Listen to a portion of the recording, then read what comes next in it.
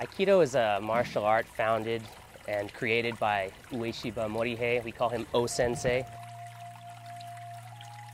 The end goals of Aikido are transformational goals. They're ritual goals about changing our deepest self, about harmonizing our spirits and our bodies and our minds with our dynamic environment.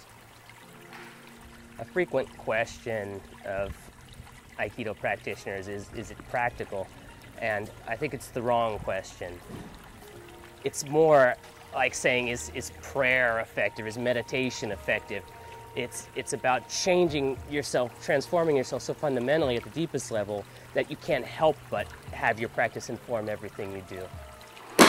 Japan is a hierarchical society, and Aikido is a hierarchical practice. The teacher is the absolute authority.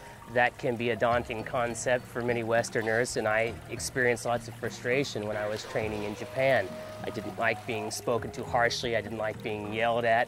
I didn't think of other people as being superior to me because of their skill, but I had misinterpreted the entire system. It's the job of the other students in the class and the higher level belts to work on the details of the training, and that involves lots of repetition and some correction, of course. The job of the sensei is primarily one of setting a spiritual example, a moral example, of setting the tone of the dojo, and it involves a lot of watching.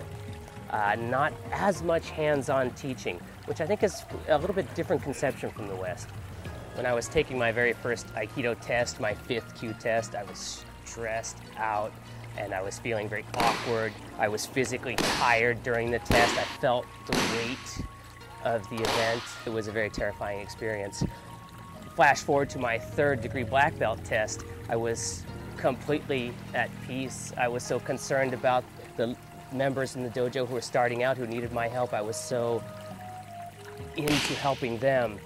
I wasn't concerned about myself at all. While the test itself was 45 minutes, it was grueling physically, and yet I felt no pressure at all.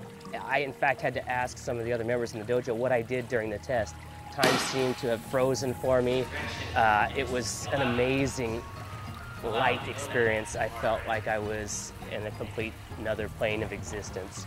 And that's the feeling I tried to get back to. And I think that's one of the reasons we need to continually ratchet up the pressure in Aikido. Why we add weapons, why we add multiple attacks, not for practical purposes of being able to defend yourself, but to have enough pressure that we're able to overcome it and exist on that awesome plane of oneness amidst chaos.